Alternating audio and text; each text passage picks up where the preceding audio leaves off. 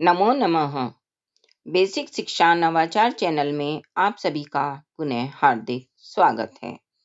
आज की वीडियो में हिंदी से संस्कृत में अनुवाद बनाते समय पंचमी विभक्ति के प्रयोग के विषय में हम जानकारी प्राप्त करेंगे।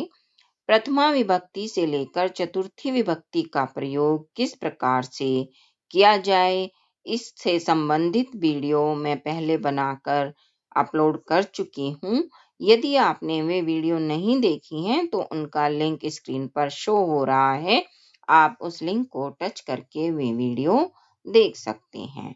तो आइए अब हम देखते हैं पंचमी विभक्ति का प्रयोग। जैसा कि हम सब जानते हैं कि पंचमी विभक्ति का कारक होता है अपादान और अपादान कारक का चिन्ह है से। करण कारक का चिन्ह भी से होता है। इन दोनों में अंतर है कि करण कारक का चिन्ह जो से है उसका प्रयोग साधन के अर्थ में जब से का प्रयोग किया जाता है तब होता है, और पंचमी विभक्ति अर्थात अपादान कारक के चिन्ह से का प्रयोग अलग होने के अर्थ में किया जाता है। जब कोई वस्तु दूसरी वस्तु से अलग होती है तो वहां पर अपादान कारक होता है। जिस वस्तु से कोई वस्तु अलग होती है उसमें अपादान कारक होता है और अपादान कारक में पंचमी विभक्ति होती है। इसको हम एक उदाहरण के माध्यम से समझते हैं। जैसा कि हम चित्र में देख रहे हैं कि यहाँ पर एक पुरुष वृक्ष से आम ग्रहण कर रहा है।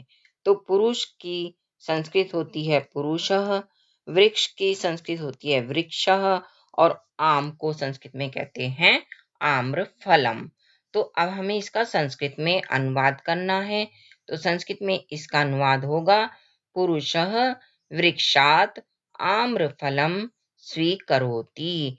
क्योंकि वृक्ष से आम का फल अलग हो रहा है इसलिए यहाँ पर वृक्ष के पंचमी विभक्ति एक वचन का रूप वृक्षात यहाँ पर प्रयोग किया गया है और हमारा वाक्य बना पुरुषः इस चित्र में हम देख रहे हैं स्वीकरोति। एक बालक घर से आ रहा है।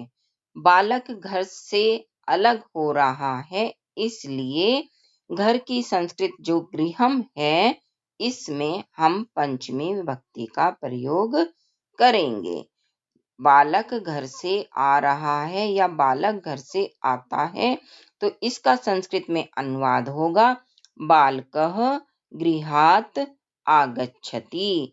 घर से अलग हो रहा है इसलिए गृहम शब्द के पंचमी विभक्ति एक वचन के रूप का यहाँ पर प्रयोग किया गया है।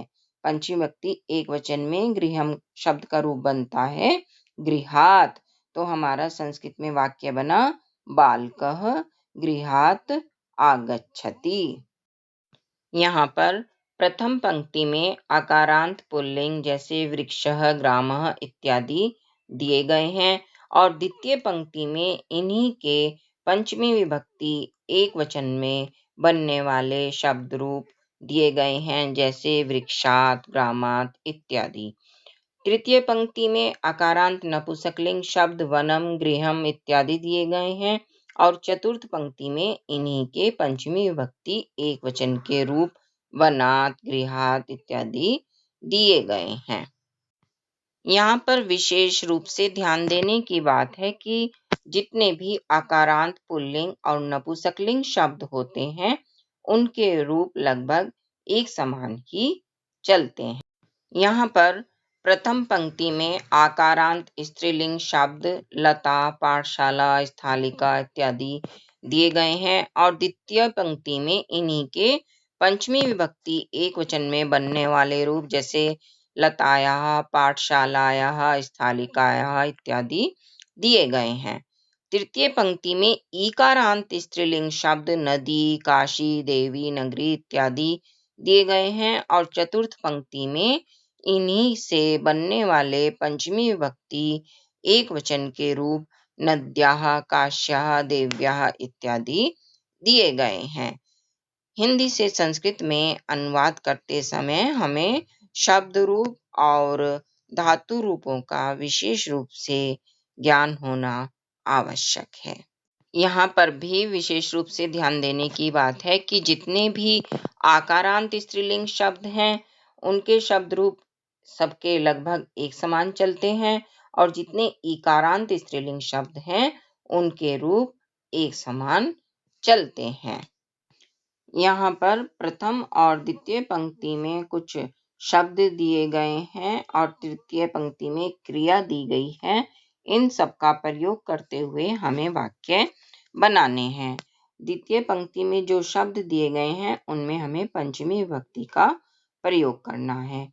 तो देखिए, जैसे हमें वाक्य बनाना है कि फल वृक्ष से गिरता है, तो इसका संस्कृत में अनुवाद होगा फलम वृक्षात पतति। क्योंकि फल वृक्ष से गिर रहा है, इसलिए वृक्ष में पंचमी विभक्ति का प्रयोग किया जाएगा। इसी प्रकार पुस्तक बस्ते से गिरती है, तो इसका संस्कृत में अनुवाद होगा पुस्तकम स्यूतात पतति। जल बादल से गिरता है, जलम मेघाद पतति। इसी प्रकार अलग होने के अर्थ में पंचमी विभक्ति का प्रयोग करते हुए हम अन्य वाक्य बनाएंगे। आशा है आपको मेरा यह प्रयास पसंद आया होगा। मिलते हैं अगली वीडियो में किसी नए प्रकरण के साथ। धन्यवाद।